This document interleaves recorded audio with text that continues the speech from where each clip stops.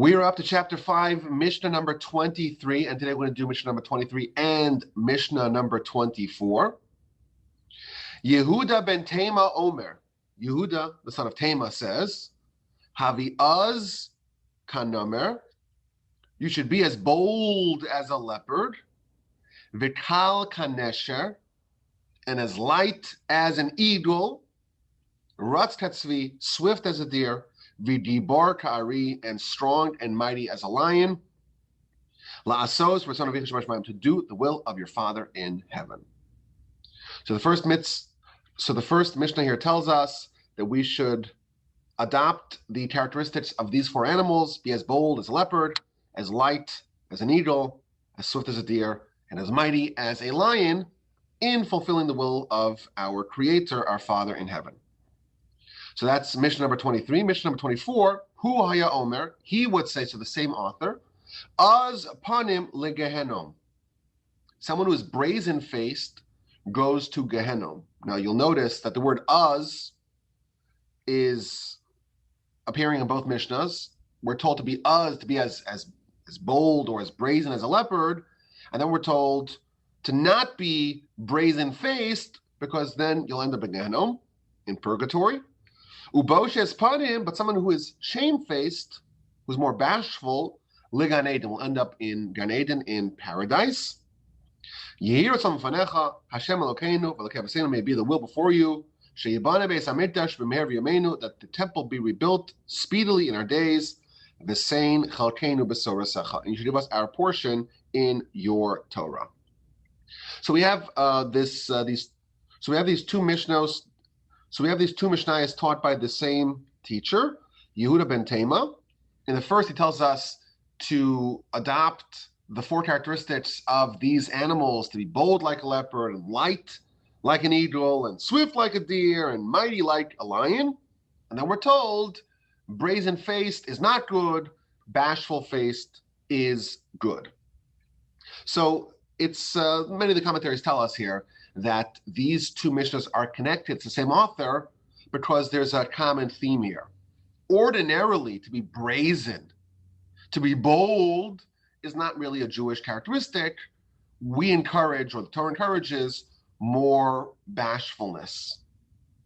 To be less braggadocious, not to be so loud, to be more gentle, to be more calm, to be more composed, to be on the quieter side, to be on the modest side. Nevertheless, there are times when we ought to adopt the boldness of a leopard to fulfill the will of the Almighty. So in general, boldness and being brazen and being outgoing and aggressive, those are not Jewish qualities unless it's used sparingly and in a targeted fashion. In fact, the commentaries point out that the Talmud tells us that there are three characteristics of the descendants of Abraham, of the Jewish people. In fact, the Talmud says that someone who does not have these three characteristics, you have to doubt their heritage, you have to question their pedigree, because it's likely that they actually are not part of the Jewish people, and they're just pretenders. What are these three characteristics? Baishanim, which means bashful. Rachmanim, merciful. Gomle chasadim, kind-hearted. People want to do kindness with others. These are the three characteristics of the Jewish people. Jews are merciful, are kind-hearted, and are bashful. So much so the Talmud says these are the three characteristics of the Jewish people. You don't have it. It calls into question, it casts doubts on your pedigree.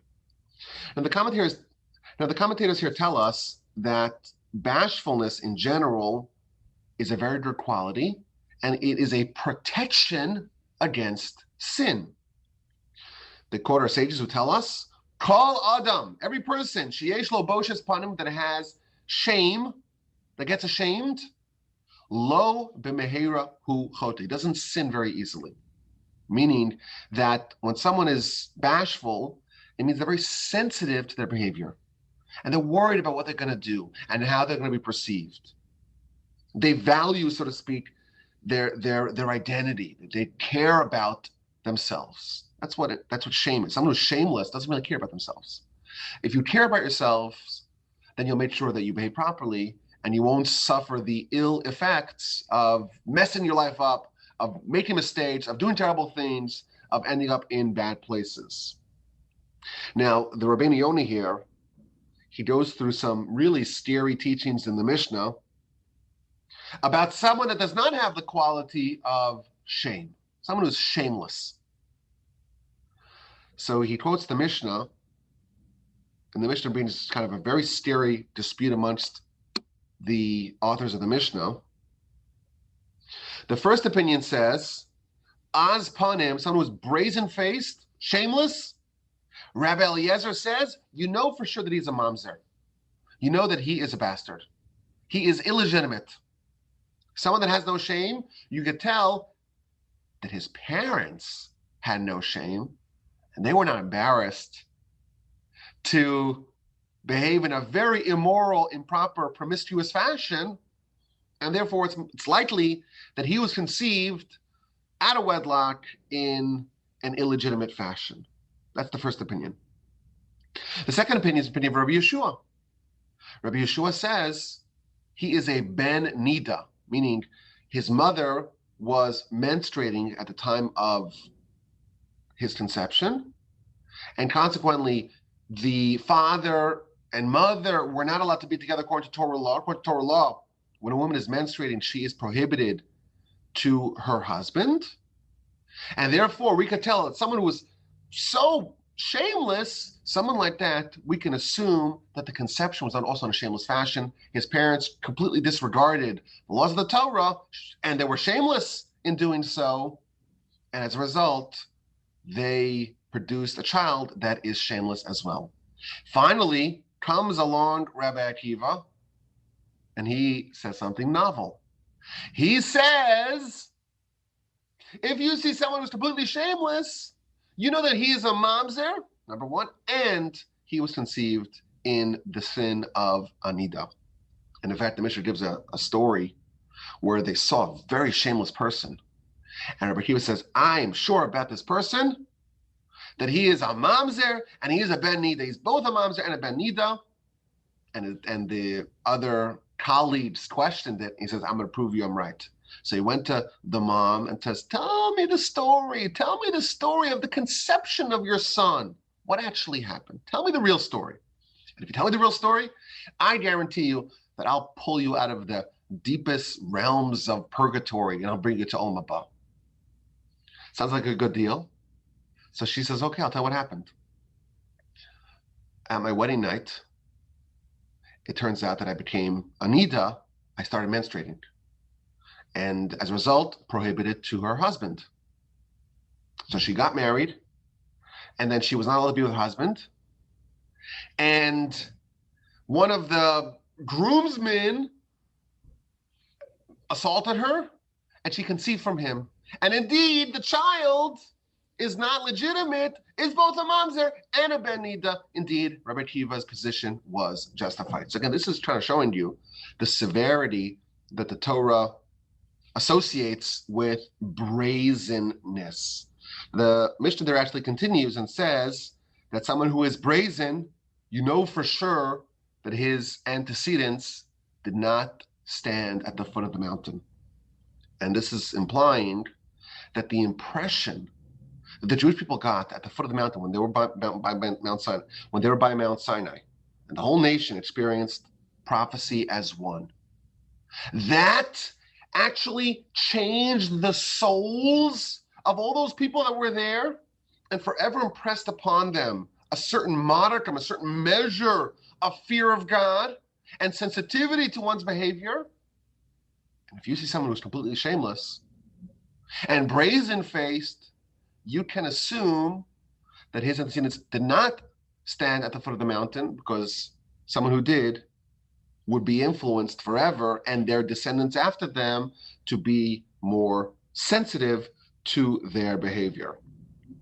Now, Rabbi Yonah adds a memorable teaching to this. And in fact, many years ago, we spoke about this teaching that he brings. And the reason why I remember it is because it's quite memorable. It tells a story of two two friends that were walking in the desert, and they chance upon a stinking, rotting carcass of a dead animal. And it looks awful, and it smells bad, and it's putrid.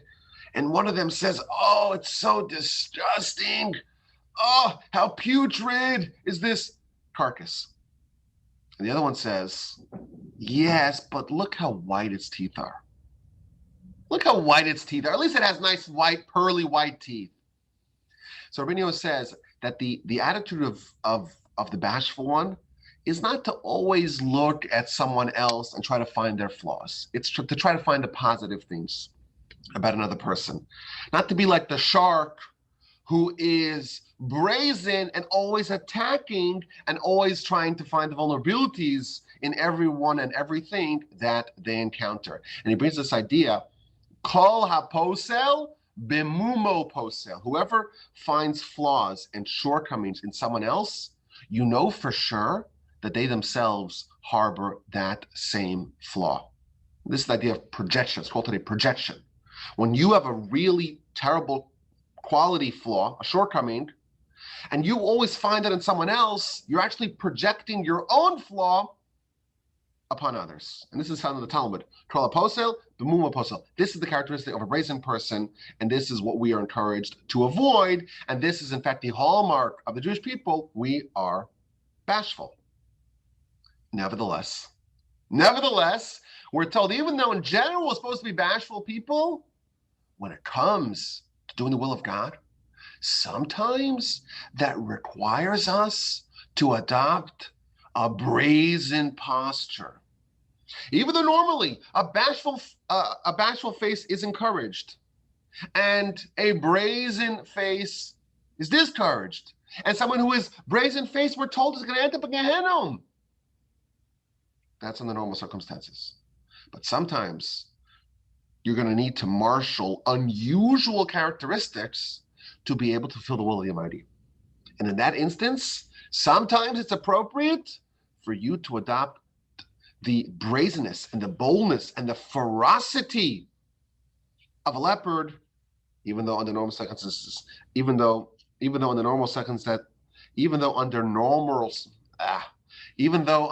normal circumstances, why can I say that? That's why my brain is like still messed up from last week. So that's again, even though under normal circumstances that would be problematic, when it comes to fulfilling the will of the Almighty, we sometimes have to find very unusual reservoirs of energy to be able to do and to execute His will. And this is an idea that we see, that there's like a kosher outlet for a very bad character trait. Normally, to be brazen is like one of the worst things. Yet, when it comes to doing the will of the Almighty, sometimes it's appropriate to find that very bad characteristic and use it for the right thing. And this is, by the way, a theme that we see elsewhere, that we're supposed to try to get everything in our universe to use for good. Everything, even things that are ordinarily on their own, they're bad, but there is a way to take everything and use it for good. And this is an example of that. Brazenness generally is a really bad thing. It could be used for good, and that is what we are encouraged to do. Now, what does it mean to be bold like a leopard? What does it mean to be light like an eagle, and swift like a deer, and mighty like a lion? So, of course, all the commentaries, they all offer their own way of explaining what exactly we are encouraged to do here. What does it mean to emulate these animals?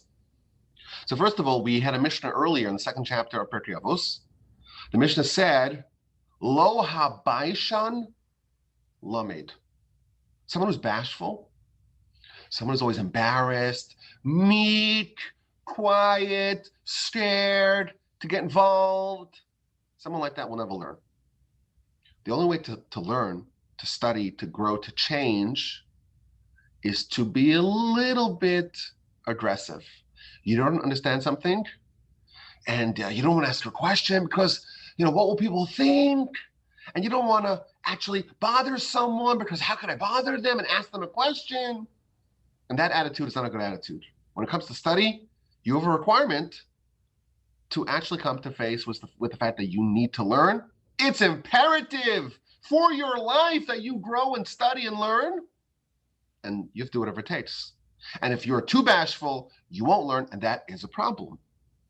So in that instance, when you're studying something and you don't understand something, you need to be aggressive, you need to be bold, you need to be outgoing, you need to be fierce until you understand it.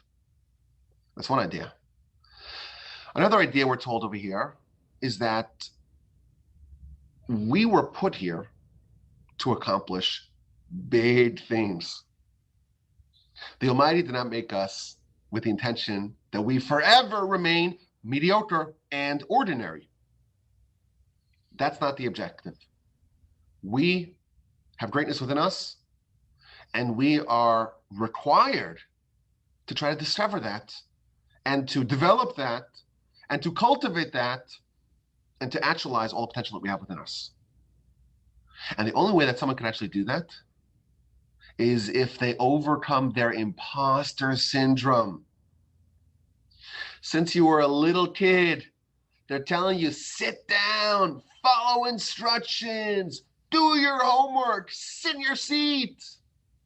And then, God forbid, if you end up in the corporate world, all you're told is about how small you are and how limited you are and how there's hierarchy and speak to your boss. The Torah tells us that every human can have a relationship with the Almighty God, creator of heaven and earth, the only creator, the only power that actually exists.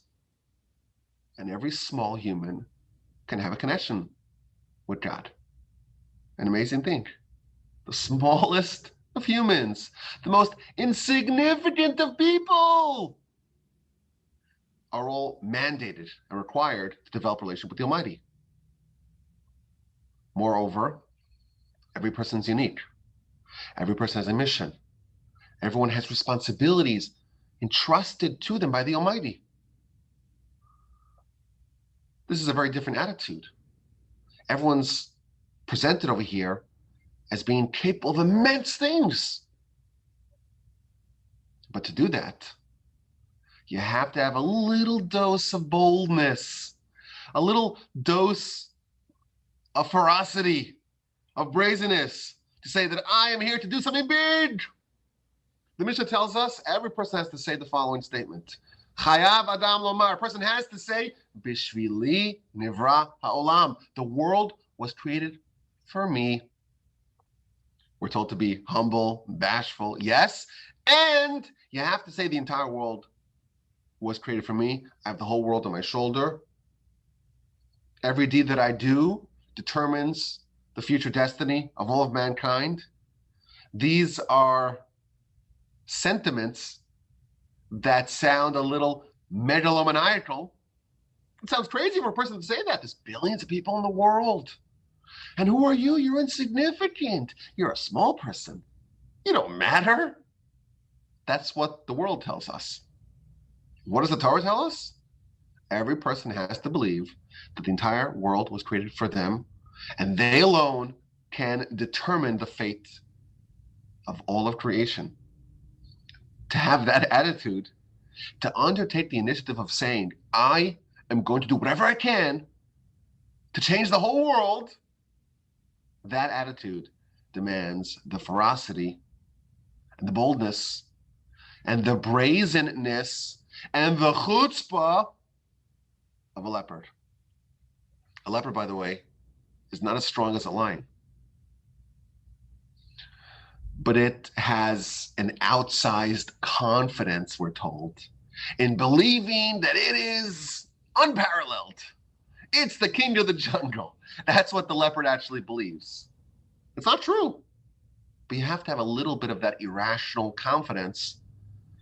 Used properly, targeted properly, you have to be as bold and as fierce as a leopard to undertake such an initiative, to go for the gold.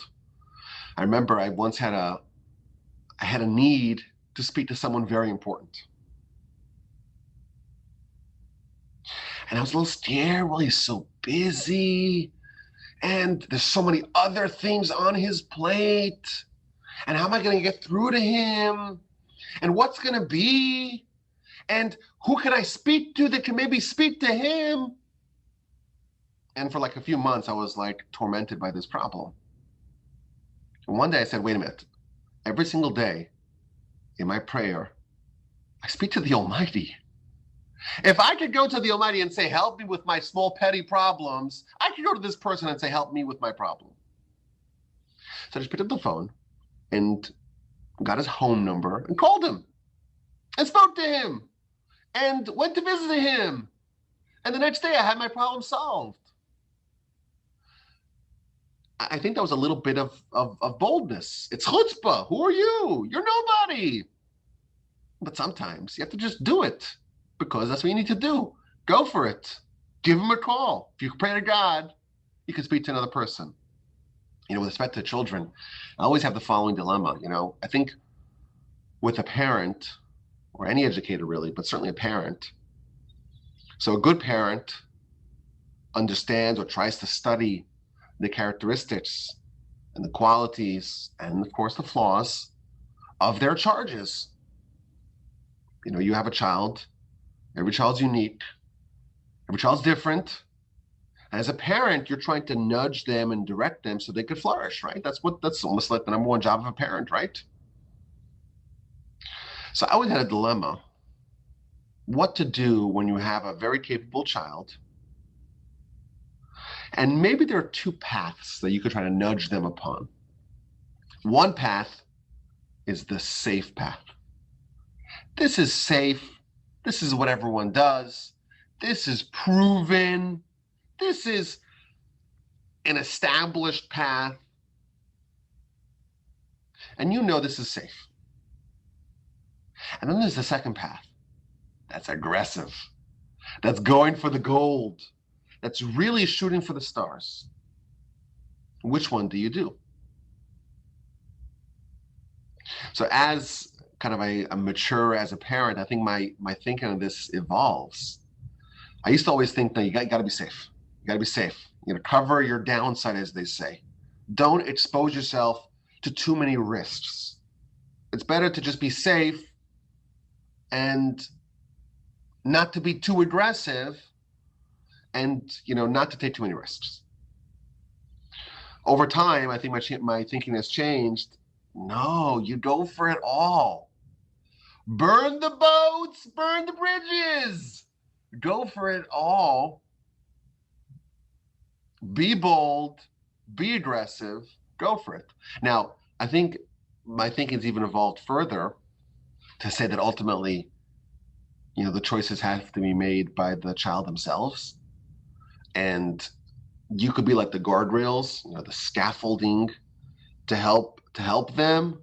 Try to, implant certain seeds and to build some of the infrastructure of their life. But ultimately, they have to make these choices.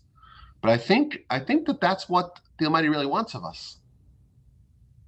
He tells us before Sinai, if you accept the Torah, you will be for me a kingdom of priests and a holy nation. He doesn't say, a village of average people and an okay nation. The Jewish people were told that we're going to be the Navy SEALs, the best of the best, creme de la creme, the best. That's what he wants of us. Why shouldn't we do the same for our children? Why not? Go for it all. So these are part of the ideas of what our sages tell us here when we're advised to be as bold as a leopard. A few more of the ideas here. Rabbi Yonah says that part of boldness and ferocity that's being encouraged here is to reprimand the sinners. Most people think, what? Mind your own business. Just focus on your life and worry about your affairs. The Torah tells us not. So the Torah tells us, you should surely reprimand and castigate your brother. If you see your brother, or your sister, of course, somebody you care about, and they're making mistakes, you are required to nudge them back to the right path. That's your responsibility. But of course, you feel like an imposter. Most of us don't feel like, I wasn't nominated to do this. No one gave me a mandate to castigate others. We have in our society kind of a live and let live policy. I'll do my things, get the government, get the neighbors out of my life, let everyone do their own thing as long as they're not harming other people. That's the attitude that we have in this country. And that, of course, is good for certain things. But we are told that you have to sometimes reprimand others. And to reprimand others, you have to marshal, again, a very unnatural force, and that is a certain degree of boldness and brazenness and ferocity. The Baal HaTurim, one of the commentators, he says another thing. You want to do a mitzvah. You want to do what's right. But what are you worried? Oh, what are my colleagues going to say? Oh, what are my friends going to say? Oh, all the people on Facebook, what are they going to say? You're worried someone's going to mock you. Someone's going to deride you. They're going to laugh at you behind your back. You're embarrassed about what other people are going to say about you or think about you. The leopard doesn't worry about other people. Tell them to pound sand, as they say. Get lost. Drop dead. What are you worried about other people? That's what we're encouraged here to do. Of course, it's very difficult. It's very difficult to do this because we're very social animals. And we're very impressionable. And we're very much affected about what other people think about us. But we are encouraged to develop the ferocity and the boldness of a leopard when we know that we need to do something good and we're worried about what other people think. Don't worry about them. Be fierce, be bold, be like the lion, be like the leopard, and do what's right. Now, there's an interesting nuance that the Ruach Chaim points out. If you look at these two Mishnahs, we're told to be bold, but not to be bold-faced. To be brazen, but not to be brazen-faced. What this means is that a person, the sweet spot, is when a person has the ferocity, has the boldness, but it's not evident on their face. Meaning you internally, you muster up that energy and that inspiration and that boldness, but you don't let it display externally. You kind of develop an internal resolve to do what's right, but once it's on your face, then it's already very close to arrogance and aloofness and hubris, and that is when it gets dangerous. So that's the idea of being bold like a leopard. What about flying like an eagle? So the eagle, of course, flies higher than any other bird. And one of the sages points out, our responsibility is to be big, is to be great, and to ascend over pettiness. Almost the most important thing that we need to be in our lives is big people, not little people, not small, petty people. And that's what the Torah is really doing to us. The Torah is kind of reformatting our world and our Weltanschauung to become bigger people. And to do that properly, sometimes we have to fly and soar above the smallness and the pettiness of our world. One of the other commentators says that we have to be indefatigable. An eagle can travel great distances and it doesn't get tired. We're told that we too have to be indefatigable and not get tired. Now, what this means is, perhaps we can suggest, if you look at the first place that the Torah says that someone was tired, that is Esav in chapter 25, verse 29 of Genesis. Jacob is making a stew, and Esau comes from the field, and he is tired. What does Rashi say? What does the Talmud say? The Talmud said he's tired because of all the sins that he did that day. In fact, the Talmud says he did 5 horrific sins that day. He was raping and murdering and doing heresy and, of course, neglecting the firstborn right. And that is the Torah's definition of exhaustion. Exhaustion, by the Torah's definition, is spiritual exhaustion. What truly makes someone tired is when their soul is pained by their choices. And the soul just wants to kind of disable the body for a little bit. Stop doing all these terrible sins to me. Oh, you're sullying me. Let me make you tired. Mitzvos, Torah, doesn't tire a person, at least not on a spiritual level.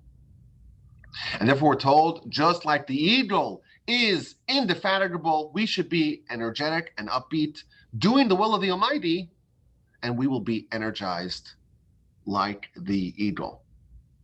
And then we're told to be swift like a deer. Now, normally, we're encouraged to be more circumspect and, again, to be more risk averse and not to move fast and break things. Think before you act. Think before you speak. And here we're told to be swift like a deer. What this means that in certain areas of our lives, we cannot be slow and lumbering and indecisive. We have to be swift. We have to be agile. The Mishnah earlier tells us we have to run to an easy mitzvah as if it were a difficult mitzvah. Mitzvahs are something you have to run to. And the reason why I have to run to it is because we're running in the face of heavy winds. There's headwinds stopping us from implementing the agenda of our soul. And in order to overcome those headwinds, we have to run. Life's been compared to a descending escalator. Have you seen that? Kids go to the mall, and all they want to do is to run up the escalator that's pushing everyone down. And it's a race against the machine, man versus the machine. That is what our life is a little bit like. Our soul has this agenda, very ambitious agenda, to do mitzvot, to do Torah, to fulfill the will of the Almighty, to become great. But we have the body and the society and the Yetzer Hara and the inborn habits and traits and shortcomings. And the only way to change the calculus is to run and to try to just instinctually pursue the mitzvos. Don't sit around and wait. We're told that mitzvos, the word mitzvos, the way how do you spell the word mitzvos? It uses the same letters as the word matzos, like a matzah. If you've ever had the privilege of watching matzah being baked, you see it's all about speed. Because if you allow the dough to rest for a little bit, it becomes chametz. And in fact, we're told, our sages tell us that mitzvos and matzos are spelled the same way because the way we have to do both of them is the same. It's got to be with speed. And if we tarry and we wait and we sit around, before we know it, there's chametz and the mitzvah and the matzah gets corrupted. So for certain things, we have to indeed be swift like a deer. And finally, mighty like a lion. And our sages tell us that that refers to a certain internal fortitude to be able to resist temptation and to overcome our Yetzer Hara. Moreover, every job requires a certain degree of might to be able to bring it to completion. The beginning of any project is always exciting. It's a new initiative. It's something new. And that always, awakens our interest. But when you've been slogging through a project and you have the last little bit of work, that's always the hardest. And to finish it, you need to marshal the might of a lion to conclude it. So these are some of the lessons that we take from animals. We're told, even though, generally speaking, those who are bashful end up in a good place, those who are brazen end up in a very bad place, under certain circumstances, used properly, directed properly, we ought to adopt the brazenness of a leopard, the speed and agility of a deer, the lightness and the flight of an eagle, and finally the might of a lion. Now, it's interesting that this is not the only thing we're told that we can study and we can learn from animals. One of the commentaries actually says that every single animal has some unique quality to it in which it is unmatched by any other animal.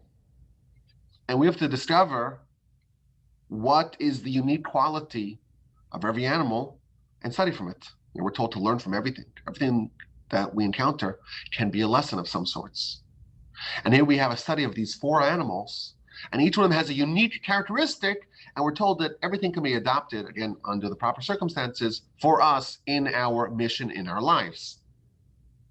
The Talmud, the book of Eruvin, page 100b, on the bottom, tells us that if we did not have Torah, we could have studied some of the laws and the lessons of the Torah from the animals. We would have learned modesty from a cat, and an aversion not to steal from an ant, and fidelity in our marriage from a dove. The dove only mates with one mate. And proper behavior from a rooster. What this is again telling us is that, of course, we have the Torah. So we have a distilled lesson, guidebook of how to behave, manual for living, comes straight from God. But the world was created by God. And therefore, the world and the Torah originate in the same source. Both of them are the handiwork and the products of the Almighty. And therefore, it's possible to learn the lessons of the Torah from the world as well. Because after all, they have the same author. They were crafted by the same creator. And this Mishnah tells us, even though we have Torah, we have the direct instruction, nevertheless, there are lessons that we can still derive from the world around us. Every animal has a quality in which it supersedes, it is unmatched by any other. And we have to discover that, and we have to integrate that into our worship of the Almighty. We're told again, when it comes to worshiping the Almighty, we must select and choose the characteristics of the animals that we meet, and I would imagine by extension, any other lesson that we learn can be used for this noble and sacred mission of executing the will of the Almighty. My email address is rabbiwolbe@gmail.com.